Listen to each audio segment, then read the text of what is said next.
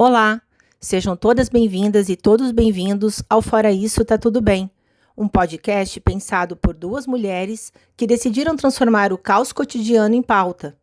Vamos falar sobre carreira, esportes, maternidade, arte, literatura, estilo de vida e, claro, sobre ser mulher no mundo. Tudo isso com uma boa dose de ironia, feminismo e referências históricas que ninguém pediu, mas todo mundo precisa ouvir. Vem com a gente?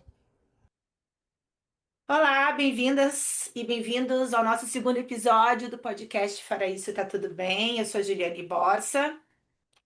Olá, tudo bem, pessoal? Bem-vindos, então, à nossa segunda gravação. Eu sou a Karina Carlan, e lá vamos nós para o nosso segundo tema.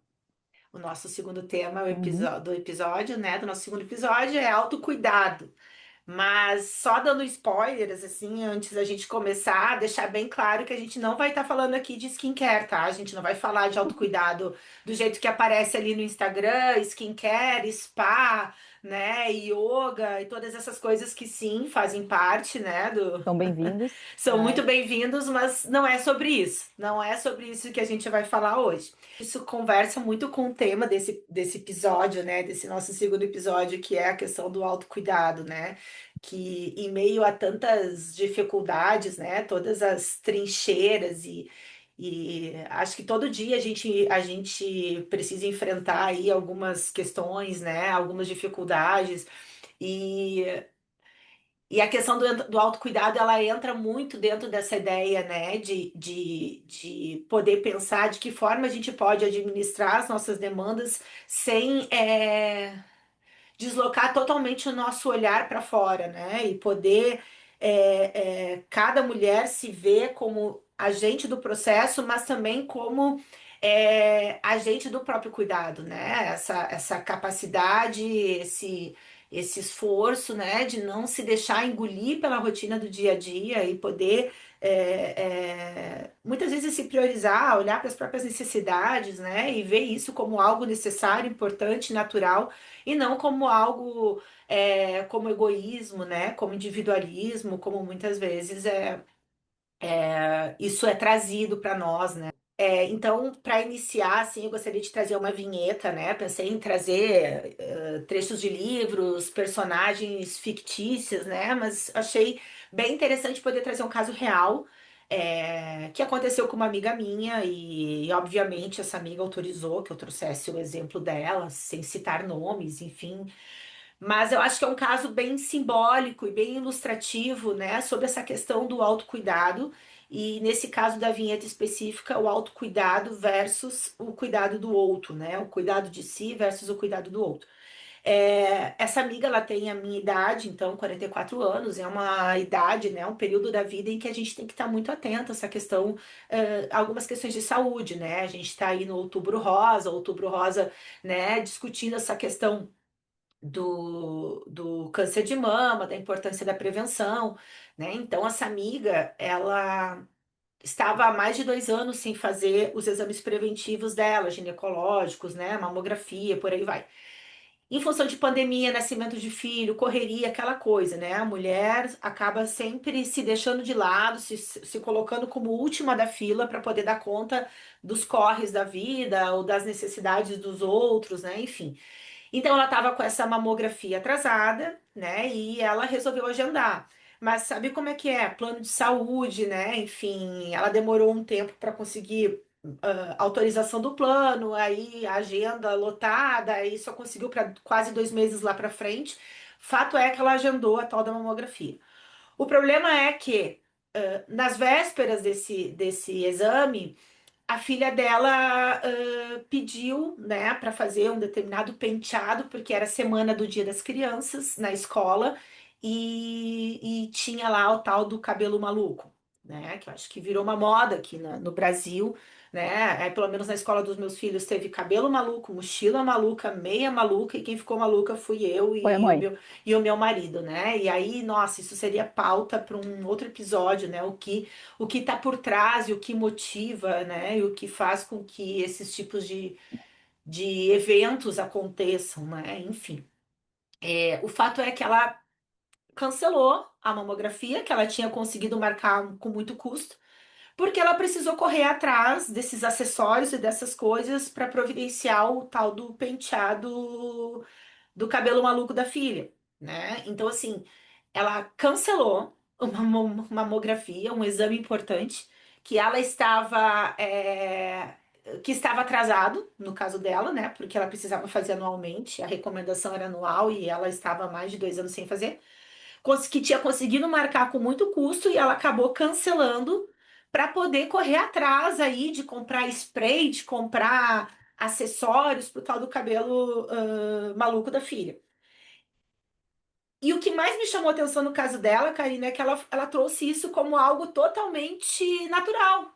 Não, eu cancelei, óbvio, eu tenho que correr atrás dessas coisas. O que que eu vou fazer? Eu cancelo, ou seja, se eu tenho que priorizar, se eu tenho que escolher o que priorizar, eu vou priorizar as demandas da minha filha e vou me colocar em segundo lugar, né? Então, é algo super natural para ela, porque ela já tinha feito isso muitas vezes, né? Não é à toa que ela atrasou 2 anos para fazer o exame, porque sempre tinha alguma coisa que precisava vir em primeiro lugar, né? E aí, naturalmente, ela disse: não, ok, eu posso esperar. Então, literalmente, a minha saúde pode esperar, né? E aí a gente vê muitas camadas dessa questão, né? Tanto a naturalização do cuidado do outro, né, em detrimento do cuidado de si própria, como também o fato de que ela naquele momento ali, ela podia ter contado com uma rede de apoio, porque essa mulher é uma mulher privilegiada, né? Essa amiga que tem uma rede de apoio, entre aspas, mas que ela não acionou, né? Ela não acionou por quê? Porque já se naturalizou na dinâmica das relações que ela é a responsável por dar conta de todas essas questões. Então, ela poderia ter pedido para o marido, ela poderia ter pedido ajuda para outras pessoas, mas não, entendeu? E ela poderia ter pedido para esse marido, e esse marido poderia também ter pensado nisso sem ela precisar ter pedido ajuda. Que eu acho que essa é uma questão importante, né? Tipo, a filha dos dois, né? A informação deveria ter chegado, eu não sei se chegou, porque as escolas gostam de mandar mensagens para as mães e não para os pais quando tem uma demanda. Mas considerando que essa mensagem chegou para os dois e que era uma informação compartilhada, esse marido poderia ter simplesmente resolvido as coisas sem ela precisar lembrar, sem ela precisar pedir, sem ela precisar reforçar. Desmarcar um exame. Exatamente, e sem precisar ver isso como algo com que ela quase pedir desculpa, né? Tipo, sai, desculpa incomodar e tirar você da sua zona de conforto, mas eu preciso que você faça algo, né? E que isso não seja visto como uma ajuda, né? Então, assim, como a gente mesmo, tipo assim, eu cometi um ato falho aqui ao falar, pedir ajuda das pessoas, né? Mas no caso do parceiro, do marido dela, né, que é pai, é cinquenta por Não é cento ajuda. aí 50% da equação, poxa, cara, não é ajuda, né? É o corre dele, então 50-50, né? Só que acaba que não é assim que acontecem as coisas. Então, achei esse caso, assim, bem emblemático, né? Porque eu acho que fala muito sobre isso. O que que é autocuidado de fato, né? E como esse autocuidado muitas vezes é negligenciado quando a gente fala de mulheres que crescem com essa ideia de cuidar do outro, né? E que acaba vendo esse cuidar do outro como um sinônimo de abrir mão de cuidar de si. E eu gostaria que, sei lá, vamos lá, vamos bater um papo sobre isso, entender um pouquinho isso. O que que tu acha, assim, Sabe que eu desse sempre me exemplo? questionei, desde criança, porque eu lembro que eu pensava a respeito, eu olhava, por que que as babás eram todas mulheres, e por que que as empregadas domésticas eram todas mulheres. E aí tinha uma exceção lá na minha cidade, cidade pequena, então essa exceção chama mais ainda, que tinha um cara que fazia faxina na casa das pessoas. E eu achava aquilo muito interessante, e eu pensava, por que que não tinha mais? Mas é claro que eu não tinha essa discussão de gênero e nada. E aí fui crescendo com isso, fui me aproximando mais e a gente começa a perceber que a maioria das enfermeiras são mulheres, que a maioria das psicólogas são mulheres. Aí depois eu lembro que durante o doutorado tinha uma colega minha de grupo de estudo que ela fazia uma pesquisa sobre intérprete de Libras. E na pesquisa dela ela citava o quanto a maioria das intérpretes são mulheres. E o que está por trás de tudo isso? Porque são profissões que na teoria ou que na, sei lá, na prática, precisam que tu cuide de alguém. por exemplo, a intérprete ela se torna quase que uma babá, né, do do do sujeito, da pessoa que ela está interpretando, né, na Libras. Hã, enfermeira, enfermeiro, a mesma coisa, tá ali cuidando. A psicóloga, a mesma coisa. A babá, mesma coisa. A pessoa que faz a faxina, faz a limpeza na casa, tá cuidando de uma casa.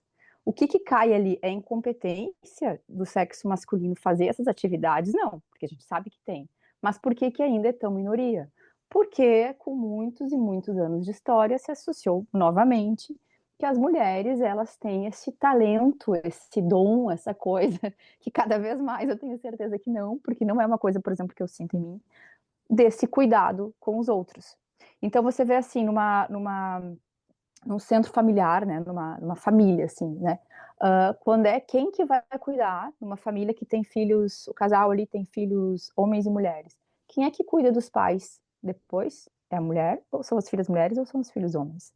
Porque cai é automático de que é a mulher que vai fazer esses cuidados, que vai cuidar da criança, que vai saber que tem o dia do cabelo maluco, que tem que marcar o exame. Quantas mulheres têm que marcar o exame dos maridos, né? Tem que ali fazer não apenas dos filhos, mas elas acabam tendo terminar a criação dos próprios maridos, né, eu digo isso, que a gente acaba tendo que fazer esse processo. Na grande maioria né, do discurso acaba assim. E aí eu ficava pensando por quê, né, e claro que isso, né, demora para te ocorrer, né, pensar assim, será que essas coisas de cuidar vai me cair isso também? Aí eu lembro que as mulheres falavam assim: vai ter um dia que você vai querer ser mãe, o relógio biológico vai tocar em você, porque o desejo de cuidar do outro. E aí outra coisa que eu ouvi era mulheres também que se tornaram mães e que aquilo preencheu a vida delas, porque o tempo delas é ocupado por cuidar do outro. E eu, quando eu me tornei mãe, eu não percebi isso em mim. Aliás, a coisa que eu percebi era exatamente era o contrário, era um certo meio que um pavor, assim, de eu não tenho mais um tempo para mim, porque agora eu tenho que cuidar de outra pessoa. E para mim isso não era uma coisa muito significativa, porque a minha vida sempre foi muito bem preenchida comigo, né. Eu sempre gostei de ficar comigo mesma, eu gosto de tempos ociosos, por exemplo, de que eu não tenha nada para fazer.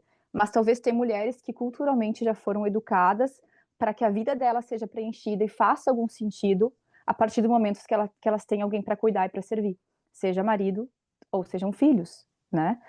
Ou outras coisas, ou sobrinhos, ou né, quantas mulheres viram professoras de escola, né, professores universitários, até você vê bastante homens, mas na escola que tem essa coisa mais maternal de criança, a grande maioria são mulheres, porque parece que cabe a elas um certo carinho, um certo cuidado, que a gente sabe hoje estudando que isso não existe, que isso faz parte de um processo cultural histórico e que tem, né, muito relação com a chegada do cuidado no cristianismo, com aquela figura da santa, da Maria, daquela mulher intocável que ficou grávida virgem, né, que é a sensação de pureza, né, do amor incondicional, de que tudo pode, que ela vai viver para cuidar do seu filho, que ela vai estar ali sempre aos pés dele na cruz chorando, que ela vai fazer o que for, né, porque ela é essa mulher assim imaculada, né? E o cristianismo colocou Devotada, muito né? isso, devotada, né? Aquela mulher assim Uhum.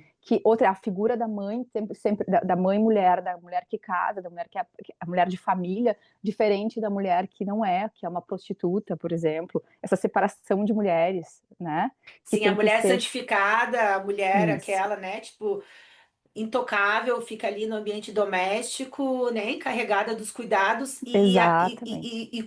quase que com uma diluição da própria identidade, porque eu acho que isso é um negócio muito louco em termos identitários, né? A mulher que está assumindo esse lugar de cuidado, ela se dilui. Eu me lembro que uma vez, na época da faculdade, meu primeiro estágio foi um estágio de estágio prático, foi em psicologia comunitária. E aí a gente fez uma parceria com a Emater na época, né? E a gente ia para uma comunidade rural, né? Toda semana para trabalhar num grupo terapêutico com mulheres da zona rural. E foi muito interessante essa experiência para mim. Até hoje eu lembro com muito carinho e para mim foi a melhor experiência. Foi ali que eu descobri que realmente eu queria trabalhar com gênero, né? Porque a gente ouviu os relatos delas, né? E os relatos delas, assim, em termos de rotina, era basicamente acordar, cuidar da casa, cuidar dos animais domésticos ali, né? E os animais que ficavam no entorno, então dar comida para as galinhas, enfim, resolver as coisas ali dos arredores. E esperar os maridos voltarem da lida do campo, né? E aí, bom, o dinheiro que voltava era sempre um dinheiro que retornava depois da venda dos produtos, enfim, né? Da colheita.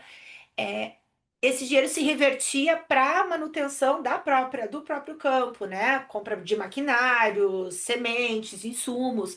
Então nada voltava para elas. E era um trabalho ainda mais invisível, porque elas cuidavam da casa, cuidavam dos filhos, cuidavam do marido, né? Porque dentro da nossa cultura o marido ele é cuidado nesse sentido, né? O prato na mesa, a comida quente, Uhum. né?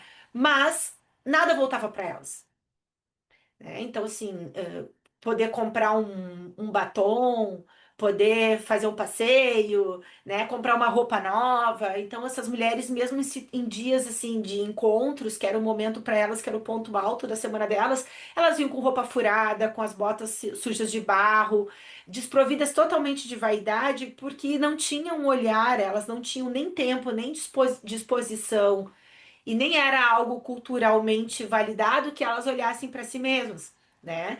E Nem passava pela cabeça, né? Você estava não, tão não, atrás das prioridades que você se olhar num espelho, se olhar num, né? Ou olhar para si mesmo, assim, é uma coisa que parecia é um luxo, se tornava um luxo, né? Tipo, uma coisa assim, quase que uma vaidade extremamente exagerada. Você dizer, não, hoje eu preciso tomar um banho em paz, lavar o né? cabelo para quem é mãe, né? Exatamente. Acho que todas as Uhum, mães que estão nos ouvindo sabem bem, né, o luxo que é andar de cabelo limpo. Então, e aí, eu estava pensando, né, no caso do livro, né, da Marta Batalha, Vida Invisível de Eurídice Gusmão. Eu acho que a gente pode depois deixar as referências, a gente vai uhum. colocar lá no nosso Instagram as referências que a gente cita aqui, né? Mas esse livro eu achei muito interessante porque ele fala, né, de uma mulher que vive no Rio de Janeiro, lá na década de 40, se eu não me engano, né? E essa mulher é Eurídice Gusmão, né? É uma mulher inteligente, é uma mulher muito criativa, inquieta, né? Que apesar de todas as suas tentativas de ser muito mais do que uma dona de casa, de uma esposa, uma mãe, ela é constantemente silenciada por um mundo que não permite que mulheres tenham ambições e que olhem para si mesmas, né? Então ela é casada com o Antenor, que é o marido trabalhador, né? Mas o estereótipo, né? Trabalhador, bom chefe de família, né? Mas também muito conservador, muito controlador e podador, né? Então, dentro dessa lógica do cuidado, né? Bom, eu vou proteger a minha família, eu vou cuidar, eu vou proteger a minha esposa, mas na verdade, essa personagem, Eurídice, né? Dentro dessa lógica, ela foi tolhindo, né? E se tolhindo ao longo de uma vida toda, né? Você acaba sendo protegida, às vezes protegida ou bancada, vamos supor que o marido esteja bancando, você pode fazer o que você quiser com o dinheiro dele e se produzir e gastar coisas com você, mas dentro sempre daquele parâmetro colocado pelo provedor, né? Então, por exemplo, vamos supor que o teu marido está te bancando, e daí você diz, olha, eu gastei tanto esse mês no meu cabelo, vamos supor, sei lá, que teoricamente seria uma coisa fútil. E a pessoa diz, não, mas eu não gostei assim, eu não gosto do seu cabelo assim, ou eu acho que isso é demais, não precisa.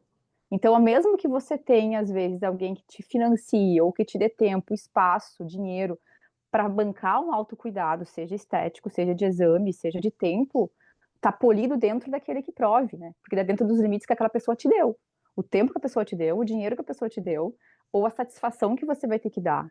Né? A gente vê memes na internet. O meu marido me deu o cartão e falou para eu comprar pão e mais uma coisinha para mim. Daí a pessoa chega tirando o tênis de corrida, um iPhone, escondendo. Por quê? Porque sabe que dentro, talvez, dos limites que aquela pessoa te deu, porque os limites está condicionado dentro do que uma pessoa te deu, aquilo pode ser visto como exagero ou como fútil. Que se fosse do seu dinheiro ou se fosse dentro do seu próprio território de liberdade construído por você, você não precisaria se auto-justificar, né? Por isso que o autocuidado se torna tão empoderado quando você não precisa justificar que hoje você passou o dia inteiro deitada na cama vendo Netflix. Porque hoje eu passei a manhã inteira na academia. Então, o autocuidado condicionado, que é o que você também está trazendo do livro, um autocuidado que eu tenho benefícios, mas que eu estou dentro de uma família em que eu cuido, até que ponto é autocuidado, né? Fica uma coisa, às vezes, meio presa. E assim, a ideia, porque aí muitas coisas se entrelaçam, se misturam, né?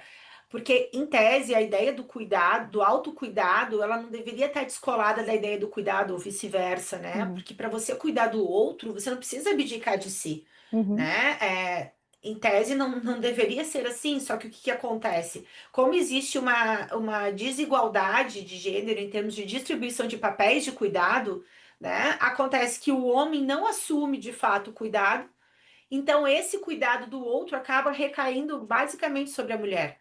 E aí, quando ela está sobrecarregada com o cuidado do outro, ela acaba abdicando do cuidado de si. E isso não deixa de ser um projeto de poder, né? Um projeto político, porque, poxa, né? Se você é quase aquela coisa, né? Assim, nossa, você é uma ótima dona de casa, você é uma ótima cuidadora, esse é o papel que você tem que assumir, é esperado que você seja assim, né? Você cresce, né, sobre essa narrativa, né, de se preparar para cuidar do outro, seja em termos de profissão formal, como em termos de o que para mim seria uma profissão informal, né, que é a profissão dona de casa, né, que é uhum, um cuidado invisível que, ao meu ver, deveria ser, inclusive, remunerado, né, uhum, é, e legitimado, inclusive, em termos de lei, né, mas é quase que aquela lógica assim, não, né? Tipo assim, isso é atribuído a você, e no momento que isso é atribuído a você, é isso que você tem que fazer. E o quanto mais bem feito você fizer, ou seja, quanto melhor você cuidar do outro, mais valor você tem. E aí fica muito difícil para essa mulher que historicamente cresceu dentro de uma sociedade que não espera outras coisas dela, né? Que ela também abra mão desse lugar de cuidado. Porque aquela lógica, bom, se é isso que eu posso fazer, se é isso que esperam que eu faça, se é isso que me traz valor como pessoa, como é que eu vou abrir mão disso? Aí sobra o quê?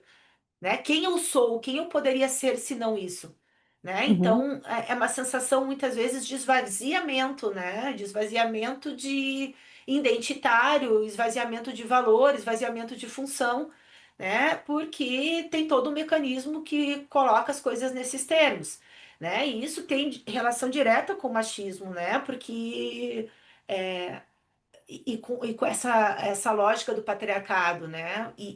Porque são microviolências cotidianas, né? No momento que a pessoa pergunta assim, tá, mas precisa comprar. Eu me lembro que uma vez eu ouvi uma blogueira contando uma história que por que que ela iniciou o blog dela, né?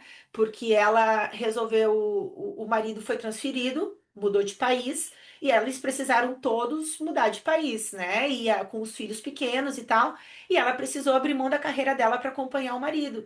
E que lá pelas tantas, um belo dia, estavam fazendo um passeio. E nesse passeio, ela gostou de determinada coisinha que ela viu, um bibelô, uma coisa assim, e ela falou que queria comprar e ele olhou para ela e disse assim: "Tem certeza? Tipo assim, realmente você precisa disso?", né? Meio que desdenhando daquele desejo, né? Então a mulher ali desprovida do desejo, né? Deslegitimada, ela não tinha direito nem sequer de querer algo, de desejar algo, não. né? E aí a partir daquilo um clique, né? Do tipo assim, eu preciso fazer alguma coisa na minha vida, eu preciso voltar a ter a minha autonomia financeira, né? E eu preciso me redescobrir nesse novo lugar que não seja simplesmente acompanhante do marido, né? E cuidadora da casa e dos filhos, enquanto o marido se desenvolve profissionalmente, ela fica ali nos bastidores, se anulando, né? E nem sequer se sentindo no direito de comprar um bibelô baratinho numa feira. E aí essa questão que você falou ali, que a gente é criada achando que o nosso valor está muito associado ao quanto a gente cuida bem das nossas coisas, eu sempre escuto, assim, né, de pessoas mais velhas, até a nossa geração, já acho que já está um pouquinho melhor, mas, assim, da geração da minha mãe, das minhas tias, falando assim, ai, aquela lá, a mulher do fulano, diz que não faz nada dentro de casa, não cozinha, não limpa a casa, não sei o quê. Quando você já ouviu alguém falar isso do cara, do homem? Ai, o marido da fulana não faz nada, não cozinha, não limpa a casa. Ninguém questiona sobre isso. E aí, o que que é? Aí vamos supor que você assumiu. Beleza, eu sou aqui que limpo a casa, eu que faço a comida, eu que cuido das crianças. Aí tudo bem, você correspondeu a essa expectativa da sociedade. Mas você, com muita dificuldade, vai conseguir colocar um cuidado em si. E aí, na maioria dos casos, essa mulher não consegue olhar para si, tanto por fora quanto para dentro, para dentro. Daí a sociedade também vai te criticar, porque vai dizer assim: olha aquela ali, olha como envelheceu, olha, nem se arruma, não, nossa, uma maquiagem, olha ali, tá gorda, tá magra, tá velha, olha como crescida. Nunca tá bom. A real é Aham. que nunca tá bom, sabe? Porque se você mostrar se esteticamente, né? Porque a gente fala da estética porque é o que os outros que não te conhecem proximamente vão conseguir te julgar por ali. Então, se você demonstrar um cuidado, dizendo, olha só, a fulana se arruma, se preocupou com a aparência, cuida da saúde, você vai, essa menina deve ser fútil, essa mulher deve ser fútil, só pode ser que não faz nada em casa. Eu garanto que aquela unha Desocupada, feita não né? lava uma louça. Aham. O termo que usavam, pelo menos lá na minha cidade, assim, né? Lá na nossa região, lá era muito isso, né? Ela é desocupada, né? Desocupada. Unha feita não lava louça, né? Como assim? E aí, se você tá ao contrário, você também é julgado, tá? E esse julgamento vem de mulheres, né? Muito claro que de homens eu nem considero mais, né? Eu fico preocupada quando eu escuto de mulheres falando isso, dizendo, olha aquela fulana, eu sim, mas a criatura tem 5 filhos, o marido não faz nada dentro de casa, quer que essa mulher apareça como? Né? Que essa mulher você não tem nem vontade, né? Tipo, assim, puerpério, eu lembro que eu não tinha você não tem vontade de fazer nada, né? Você tá se sentindo um horror e aí aquele horror você transfere para a criatura que você deveria estar cuidando. Mas mesmo assim, eu tava me sentindo cansada, e eu olhava para aquela criança chorando, você fica assim em pânico de como é que eu vou ter força, como é que eu vou ter vontade de cuidar deste ser humano se eu não consigo, se eu não, não consigo tomar banho, não consigo lavar o cabelo, né? Eu levava ela para o chuveiro, botava no bebê conforto enquanto eu tomava um banho, torcendo para que ela não chorasse no meio, né? Quanto tempo uma mãe leva para tomar um café quente inteiro? Ou tomar Inteiro. café quente, né? Porque já Exato. tomar um café quente, fazer uma refeição quente já é um esforço hercúleo, né? Essa semana mesmo eu estava conversando, né, com a minha cunhada sobre isso, assim, nossa, quantas vezes o prato do restaurante chegou e no momento que ele foi posto na mesa, a minha filha pediu para fazer xixi ou cocô, ou escapou, Tempo. xixi, escapou da fralda, eu tive que correr pro banheiro, parecia assim um negócio totalmente sincronizado, né? Tipo assim, Uhum. relação causa e efeito, a comida chega, dá vontade de fazer cocô, Uhum. na criança, né? E aí eu observava muito isso nos restaurantes, né, que a gente frequentava. Quantas vezes eu vi um pai levantar numa situação assim para atender a necessidade da criança, seja limpar a boca, seja cortar a comida do prato, ou ir ao banheiro, ou intervir em qualquer situação, né?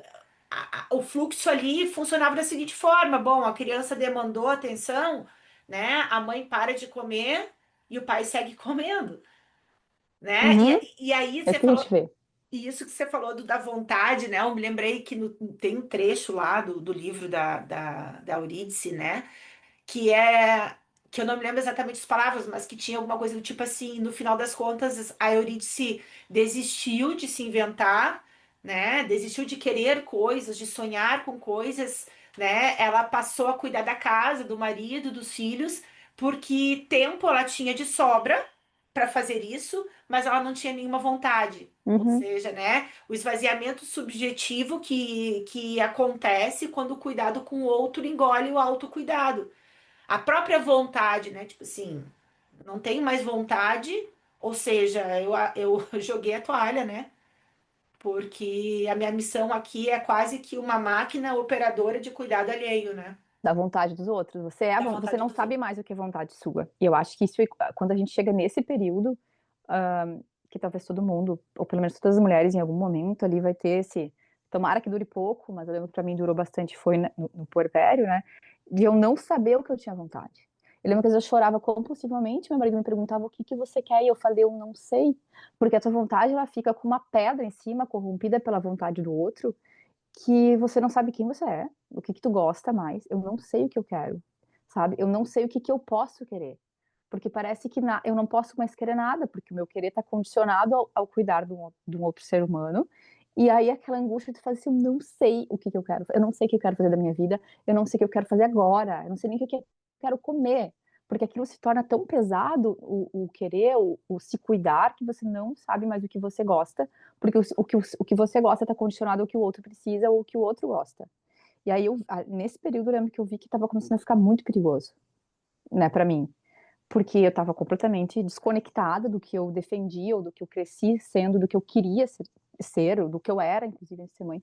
E eu falei, não, agora eu preciso fazer, voltar a fazer coisas por mim, porque senão eu vou ser uma péssima mãe, eu vou ser uma péssima amiga, uma péssima filha, uma péssima esposa, porque eu tô insuportável. E esse reconhecimento, esse rastreio que você começa a fazer, né, contigo mesmo, acho que você, quanto psicóloga, sabe muito mais do que eu, né, do quanto quando você chega nessa conclusão, de saber que você tá chata, né, que o problema também faz parte de você, mas que você precisa resolver lá numa base, que foi quando eu decidi ter ajuda, né. Eu falei: "Eu preciso ser cuidada, de algum momento", que foi quando a minha filha precisa ter alguém terceirizar esse cuidado em algumas horas do dia, né, mudou minha vida, quando eu decidi, mesmo eu podendo antes, né, ter tido, por exemplo, uma babá, eu não tive porque eu queria dar conta, porque Uhum. eu foi ensinado que eu tinha que dar conta, como assim você não vai dar conta? Eu dou conta de tudo, como é que eu não vou dar conta?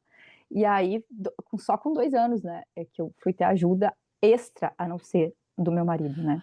Inclusive porque se você não cuida, né? Tipo, você falhou Falhou, pra que teve miseravelmente como um filho? ser humano, né? É para que teve Exato. filho, exatamente. E eu ouvindo você, caramba, eu nunca, eu fui, sabe quando que eu fui ter uma babá para os meus filhos? Foi por um período muito curto, aqui em Porto Alegre, depois de ter voltado do Rio com os meus filhos já maiorzinhos, né? Porque eu precisava, assim, ó, realmente eu precisava de tempo para trabalhar, né? E aí foi assim, ó, tipo, 2, 3 horas, uma pessoa aqui em casa brincando com eles, e eu me lembro exatamente que quando eu conversei com essa pessoa, eu falei assim: ah, não, eu quero que você seja uma babá, eu quero que você seja uma recreacionista, eu disse para ela. Uhum, Eu quero que você brinque com eles, que você leve para quadra, faça atividades recreativas, porque na minha cabeça, assim, a babá, ela vai ajudar a limpar a bunda na hora do cocô, ela vai cortar comidinha no prato, ela vai fazer coisas que quem tem que fazer somos nós, uhum. né? E eu não quero delegar algo que eu acho que eu tenho que fazer como mãe, né? E aí Eu eu tive a vou. mesma dificuldade, exatamente a mesma. Então, tipo assim, brinca com eles, faz atividades lúdicas. Tanto é que eu poderia ter contratado várias pessoas. Eu contratei uma estudante de psicologia que fazia quase que um bico complementar ali, que não atrapalhava a rotina de estudos dela, mas que tinha meio que uma legitimidade quase que, bom, instrumental, né? Técnica, teórica. Tipo, eu contratei uma quase psicóloga, então não é uma babá, é quase que uma profissional ali para dar uma assistência para os meus filhos qualificada. Ou seja, né, eu tentei totalmente, o máximo possível, descolar a ideia de ter alguém me ajudando como alguém que estava cuidando, entre aspas, dos meus filhos, porque quem tinha que cuidar era eu, Uhum, né? E aí, como é difícil a gente abrir mão disso. E aí entra num círculo, num ciclo vicioso, né? Num círculo vicioso. Por quê? Porque aí a gente aprende que a gente tem que cuidar. A gente se funde em termos de identidade, a nossa identidade está totalmente misturada com esse papel do cuidado, né? E aí a gente tem filhos e aí a gente assume esse cuidado. Ou quando os pais adoecem, a gente também assume o cuidado dos pais, né? E como a gente não foi legitimada a assumir outros papéis, fica muito difícil soltar esses, né? Porque se a gente solta exatamente. esses, a gente vive o vazio do que o que que eu sou afinal? Eu sirvo Porque para você quê? fracassa, é como se você tivesse fracassado. Olha ali, não serve nem para cuidar das coisas que era para ela ter cuidado. Imagina, tipo assim, pra gente tá sendo difícil, né, a gente que consegue ter essa reflexão, hã, e consegue ter, consegue adquirir cuidados extras para as nossas coisas, né, ou para ser cuidado o tempo, e o quanto é difícil a gente lavar o cabelo, né, eu sempre penso no restante, né, que é a maioria. Em que momento você se prioriza, sabe? E eu vejo isso, a minha irmã ela faz bastante esse exercício, também trago assim essas questões dela com autorização, que ela tá no segundo filho, né, tem uma filha de 2 anos e meio, tem um filho de 2 meses, e ela sempre falou que a diferença que ela faria do primeiro filho para o segundo, ela falava assim: "Eu estou em primeiro lugar, eu vou me colocar em primeiro lugar". Porque se a minha filha não tá com fome, eu sei que ela não vai, se ela estiver chorando para mamar, alguém vai fazer alguma coisa, porque eu vou sentar e vou comer. Ela fala assim: "Eu vou comer", né. E agora eu estava lá com ela na casa dela, nos primeiros 15 dias do nascimento do filho, ela, né, agora eu vou almoçar. Eu sei que ele não vai morrer de fome por esses 15 minutos que eu vou ficar sentada. E ela respirava, né, e ela disse: "Eu vou comer, primeiro eu". Ela falou assim: "Não vai mais ser amamentação em livre demanda, ela vai ser em livre oferta", É né. Eu vou me maravilhoso. ela falou isso, eu falei: "Exatamente, é quando eu preciso estar disposta", né. E Palmas ela para Camila. é, exato, ela falou isso fez muito um estalo na minha cabeça, é livre oferta, quando eu quero, desde que você não esteja morrendo de fome, né. E poder E fazer isso sem culpa. Comer sem um prato culpa. quente sem culpa. Sem culpa. Ela falou: "Alguém segura, né, tem um monte de gente aqui, ou fica no berço, não vai morrer gritando por 15 minutos, eu preciso estar bem, para meu filho estar bem". E eu lembro que ela colocou a filha dela na escola, né, na creche antes de eu fazer isso com a minha. E ela me disse: "Tu vai se sentir culpada, porque tu vai ver que a tua filha tá aprendendo coisas na escola longe de ti, que tu gostaria de tu estar vendo. Tu vai sentir saudade, mas é tão bom quando você sente saudade. E chega em casa, e aquele momento que a criança tá contigo, tu aproveita e tu tá sendo uma boa mãe, porque de manhã ou tu trabalhou, ou tu fez teus exercícios, ou tu dormiu". Eu estava lembrando também, quando a gente decidiu essa pauta, um pouco da minha pesquisa, da minha tese, né, que eu tratei bastante sobre o cuidado de si pela ótica do esporte, que eu já falei no episódio passado. E eu lembro que eu fui estudar, né, da onde vem esse negócio do cuidar de si e por que que hoje tá tão na moda a gente falar do cuidado de si, né, de se cuidar.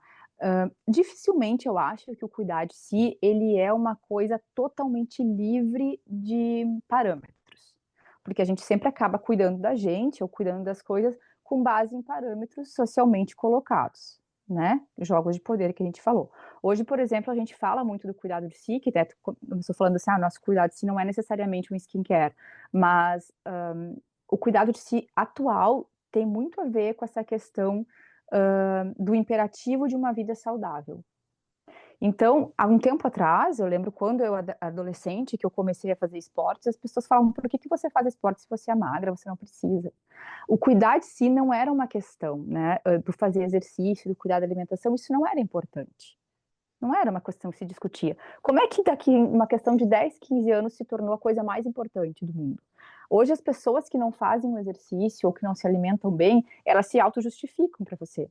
Então, às vezes eu converso com alguém e falo: "Ai, eu não tô fazendo nada, ai, eu não tô fazendo, tô sedentária". A pessoa já se coloca a culpa. Há um tempo atrás não era assim. Existia pessoas que faziam exercício, existia pessoas que não faziam e tá tudo certo. Existem pessoas que comem batata frita, existem pessoas que comem maçã, não sei o quê, tudo certo. E hoje parece que você é obrigado a entregar para o mundo um cuidado consigo mesmo. Mas isso também, esse cuidado ele vai mudando, né, historicamente. Então, quando você vai lá analisar, por exemplo, as práticas cristãs, que eu falei ali da questão da mulher imaculada, da Virgem Maria, o cuidado de si cristão, ele tinha a ver com aquela prática asceta, né? Que o corpo, para o cristianismo, você tinha que, para você ser uma pessoa espiritualmente evoluída, o cuidado de si mental, né? Você precisava enfraquecer o seu corpo. Por isso que a gente vê aqueles monges lá se dando chibatadas. Então, para o cristianismo, para o poder cristão, quanto mais fraco fosse o seu corpo, né, mais debilitado você estivesse, a sua cabeça mais forte, mais fácil você seria servo da igreja, mais fácil você seria servo de Deus, abriria mão das suas vaidades, tanto físicas quanto de casa, de luxo, para poder ceder aquilo para a igreja. O teu corpo era né, da igreja. Mas não foi sempre assim, né? Então você vai lá estudar grego, romanos, o cuidado de si, muito parecido com o que a gente tem hoje, né? O cuidado de si hoje é muito parecido com a cultura grega, de unificar o corpo e a mente, né? De você ser uma coisa só, você ser um ser que busca uma disciplina, esse autocuidado, essa prática de estar bem consigo mesmo para que você possa oferecer aquilo para os outros, né? Então os gregos já falavam isso. A partir do momento que eu tô uma pessoa que eu raciocine sobre mim mesma, né? Então, claro que a gente vem ali dos gregos, é uma cultura já politeísta, né? Não é antes do cristianismo. Quando eu sou uma pessoa que centro em mim, não quer dizer que eu não tenha crenças, né? Não estou dizendo aqui para as pessoas que têm crenças religiosas que isso anula uma coisa, não tem nada, não é isso. Mas quando você olha para você mesmo e fala, bom, eu preciso me fortificar de ser uma pessoa competente, estudada, que reflito sobre as minhas coisas no mundo, que cuido do meu corpo, do meu espírito, daquelas maneiras que eu acho que tem que ser cuidadas, não com um padrão, a partir desse momento eu sou uma pessoa útil para a sociedade, eu sou uma pessoa interessante, porque eu consigo ofertar um ser humano bom, né? Porque né, a gente precisa disso para viver em sociedade, né? E os romanos continuaram fazendo isso, no Antigo Egito se fazia isso, né? Acho que todo mundo já estudou as práticas rituais do Egito Antigo, do cuidado com o corpo, do cuidado com a alma. E aí isso ficou muitos anos, 1000 anos ali de Idade Média, né? Que foi a ascensão do cristianismo, então ali mais ou menos 400 anos depois de Cristo, né, no calendário cristão até 1400 e pouco, essa pedra ali do cuidado de si voltado para ser servo. E com o tempo, hoje no contemporâneo, que a gente está retomando isso, de por que cuidar de si é tão importante para o mundo, né? E aí Foucault vai trazer isso também nas práticas do cuidado de si, tecnologias do eu, né? Ele fala que quando o ser humano tira um tempo para cuidar de si, para olhar para si mesmo, ele subverte muita coisa. É onde realmente, talvez um dos poucos lugares em que você tem as suas práticas de liberdade. É eu dizer, eu não vou agora com vocês, eu vou ficar em casa fazendo nada. Ou dizer, gente, eu vou me atrasar porque agora eu vou dar minha corrida. Né? Então, quando você encontra essas pequenas práticas, que pode ser vaidades externas, pode ser eu ficar 1 hora na terapia por semana. Quanta gente não faz terapia porque não tem tempo? Porque é considerada uma coisa fútil. Mas quando você investe seu tempo, ou seu dinheiro, ou seja lá o que for, você está dando uma abertura para a sua prática de liberdade. Você está corrompendo aquilo que o mundo espera de você, que é sempre você produzir ou servir para alguém. Né? Então, o quanto é potente você abrir essa brecha de dizer, olha, agora eu estou em primeiro lugar, seja para comer o seu prato quente, para você jogar o seu pádel, o seu tênis, para eu caminhar na beira da praia. Eu sou uma pessoa que eu tenho uma relação com esse negócio de passar tempo. Para mim, passar tempo é uma coisa que não funciona muito bem, porque eu gosto muito do tempo, daquele tempo que eu não sei o que eu vou fazer. Eu adoro ter uma manhã que faço, eu não tenho nada marcado. Eu posso fazer o que eu bem entender. E às vezes o que eu bem entender é limpar a casa, às vezes é dar uma corrida, às vezes eu leio um livro, vai mudando de dia para dia. Desde que Porque isso seja e uma aí, escolha, né? exato, e aí que eu me sinto uma pessoa muito livre. É aquele dia que ninguém tá dependendo de mim. E eu acho que eu só consigo exercer o autocuidado nos pequenos espaços em que eu não tenho que cuidar de nada e nem de ninguém, né? Eu achei. Ninguém precisa ser cuidado por mim nesse momento. Isso para mim é libertador. Eu estava ouvindo você agora falando e eu me lembrei de uma escritora e filósofa americana, né, Audre Lorde, que ela fala justamente sobre isso, né? Ela traz para o debate essa dimensão política e ética do autocuidado, né? E ela fala sobre a importância da gente mudar o nosso olhar, né? É quase que um giro assim, que a gente precisa fazer, é uma mudança de chip, né? Que é você ver o autocuidado quase que como um ato subversivo, né? Dizer não como um ato subversivo, se priorizar como um ato subversivo que exige, de certa forma, você abrir mão dessa lógica de ter que ser uma boa cuidadora, né? A ideia da boa mulher, a boa mulher é aquela que cuida, a boa mulher é aquela que abdica de si, né? Então, você romper com isso, né? Você romper com essa lógica de que o seu valor está diretamente associado a não ter tempo para si. E aí você falou do tempo, eu acho super importante, né? Porque hoje em dia o tempo é talvez o commodity mais importante, né, da nossa vida. É, e aí isso nos coloca num lugar de que a gente tem que literalmente nadar contra a maré. Porque se a gente parar de dar abraçada, a maré vai nos empurrar para esse lugar comum, que é o lugar da abdicação de si, né? Então a gente realmente tem que fazer um esforço, né, para poder assumir esse lugar de dizer, não, eu não quero, não, eu não vou, agora a prioridade sou eu, agora eu vou, como você disse a sua irmã, sentar e comer a minha comida, né? Tipo, esses dias eu vi um post no Instagram que eu achei fantástico, que era, acho que era, eu não me lembro exatamente de qual revista, mas que falava alguma coisa sobre que tipo de microações você pode empreender no seu dia a dia para, né, plantar ali a sementinha do feminismo, né? E aí alguma mulher ali comentou, né, numa situação em que você tá com uma criança no colo, você entregar para o pai, não entregar para a mãe se ela começar a chorar, né? Eu me lembro na minha família, uma família numerosa, quantas vezes eu vi, por exemplo, uma mulher almoçando antes que todo mundo, para depois poder cuidar do bebê, para que a outra mulher pudesse fazer a refeição, né? E E os tipo, homens os homens nunca entraram na equação, nunca nem foram o pai da questionados. criança, né, se preocupou em comer mais tarde ou comer primeiro, e nem os outros homens, né, se prontificaram a fazer isso, mas é sempre essa rede de mulheres. E aí, de novo, né, mulheres cuidando de mulheres. Né? Isso é muito bom, isso é muito potente, isso é muito necessário. Eu acho que isso vem para traz, inclusive, dá para a gente fazer um link que pode ser um tema para um episódio futuro sobre a importância da amizade entre as mulheres, né? A comunidade de mulheres, o quanto isso é potente. Mas, por outro lado, é importante a gente não cair nessa armadilha, né, de se fechar nessa bolha de mulheres e não incluir os homens nesse debate, né? Não puxar os homens, ó, tipo, querido, sai aí da sua zoninha de conforto, vem aqui, né? Tipo assim, dá teus pulos aí, não me interessa se você foi criado dentro de uma concepção machista, se você também é vítima do patriarcado, ó, vamos lá, dá teus pulos, dá teus corre que o mundo não para, né? E os problemas não ficam ali esperando você se resolver com a questão da sua masculinidade, né? Tipo, criança faz xixi, a criança faz cocô, né? Tá precisando de ajuda, tá precisando de um suporte, e esse suporte tem que ser dado por mim ou por você, independentemente do que você aprendeu, né? Da forma como você foi criado. Então, nossa, é um tema assim que, puxa, é, mexe muito comigo, né? Mexe muito comigo como mulher, né? Como mãe, como esposa, né? Eu já vi várias pessoas dizer assim, ah, eu tenho pena do seu marido. Tipo assim, coitado, ele deve pagar um dobrado com você dentro de casa. Eu falei, cara, felizmente não.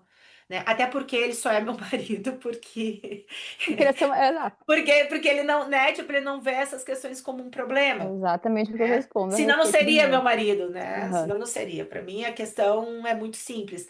Mas me incomoda também como psicóloga, porque Uhum. eu vejo assim que, sei lá, 9 entre 10, arriscaria dizer 10 entre 10 dos casos que eu recebo trazem, é, de alguma forma, essa questão da sobrecarga, né? E a falta de autocuidado. Então, eu sempre inicio um processo terapêutico salientando, puxa vida, cara, que maravilha você está se dedicando esse cuidado, que maravilha você está dedicando um tempo para si. Porque às vezes é o único momento que elas têm para falar de si. É o Uhum. único momento que elas têm para olhar para as próprias necessidades, para E que falar alguém dos presta seus atenção problemas. nelas de uma maneira genuína, que Alguém não seja. ouvindo genuinamente, sem É, julgamento, né? Que é uma exato. coisa tão difícil. Eu acho que, para, né, nas palavras finais, uma coisa que também me marcou bastante nos últimos tempos, eu até fiz uma postagem sobre isso, assim, rolou no Instagram. Eu lembro que eu cheguei num Dia das Mães, ou Dia das Mulheres, não me lembro, e aí o mercado tava cheio de flores. E eu falei, gente, eu gosto muito de flor, tá? Eu tenho muita planta, mas a última coisa que uma mãe quer, ou que uma mulher quer, no dia em que é comemorado o seu dia, é mais uma coisa para cuidar.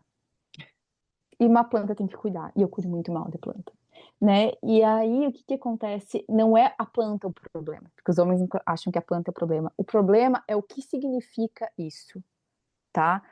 Eu queria talvez aquilo que ofertam pro Dia dos Pais, sabe?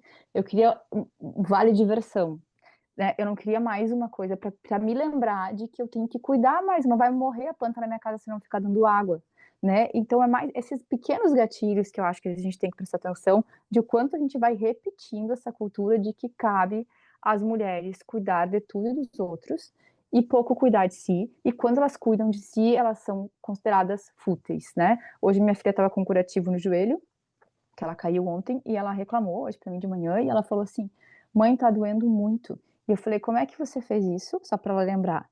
Ah, porque eu tava andando no meio-fio assim, e eu tinha falado pra ela não, que ela ia cair, ela tava andando rápido.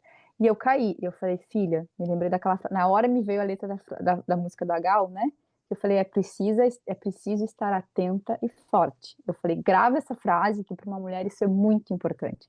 Você tem que estar atenta ao mundo, aos perigos do mundo, às demandas que te colocam, mas para isso você tem que estar forte. E esse forte faz com que você cuide de si.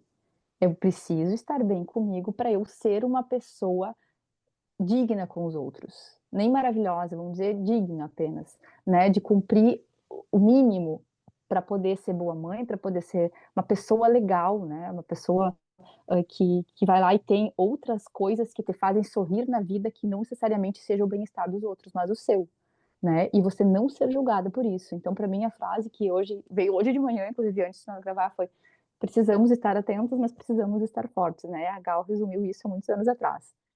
Para mim é assim, ó, perfeito. E eu acho que isso também, assim, ilustra as minhas considerações finais, digamos assim, que é poder pensar, ok, eu preciso estar atenta, eu preciso estar forte, eu preciso cuidar de mim, né? Por mim.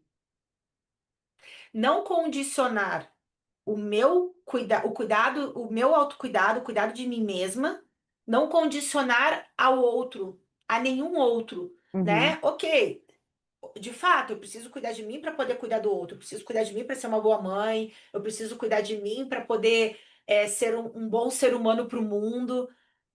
Mas acima de tudo, eu preciso cuidar de mim, ponto. Eu preciso Mesmo que cuidar você de não tenha mim. mais ninguém, né? Não, independentemente do que eu possa ser para o outro, é meu direito, né? Cuidar de mim, me priorizar, né? Em detrimento de tudo e qualquer coisa. E obviamente que vai ter muitos momentos em que eu não vou poder fazer isso.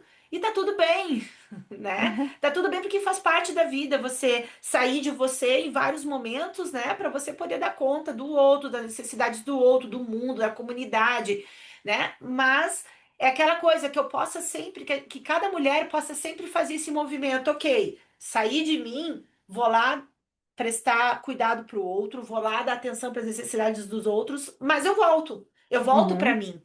Eu sempre volto para casa.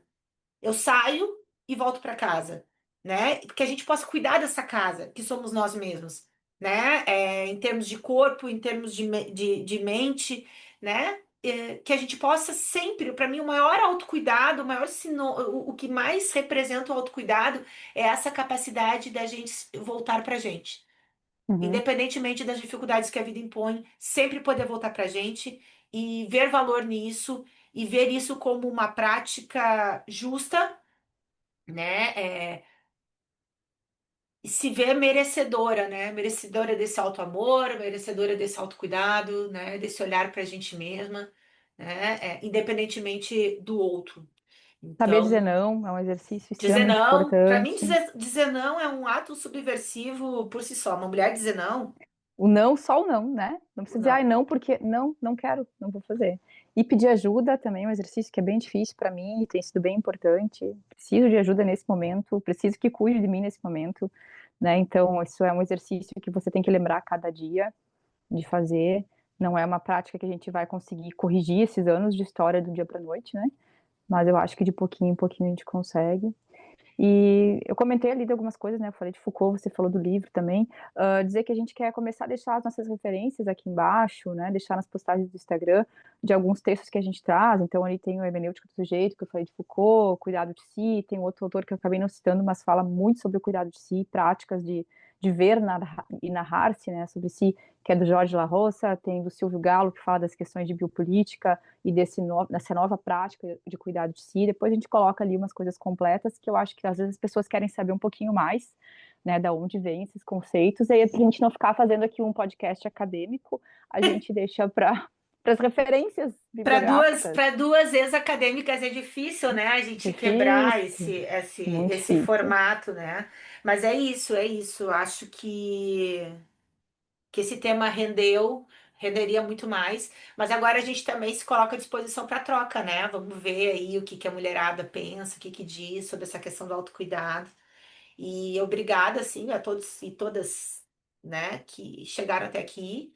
E a gente deixa o convite para seguir, né, o nosso Instagram lá, o Fora Isso Tá Tudo Bem. No YouTube E no YouTube, e Fora no Isso Tá Spotify. Tudo Bem, né? E também clicar aqui no Spotify em seguir, né? E ativar as notificações para receber as atualizações sobre os nossos episódios. E é isso, fora isso, tudo Tá bem. tudo bem, fora isso tá tudo bem. Vamos Tá lá tudo pro nosso certo. corre, né? E vamos Lavar o sempre cabelo, lavar o cabelo, no meu caso, preciso muito, Uhum. né? Mas é isso aí, né? Dar conta das eu falar, fazer tarefa com a minha filha e depois eu volto para minha casinha. Um abração, até mais. Beijo, Beijo, tchau, tchau. tchau.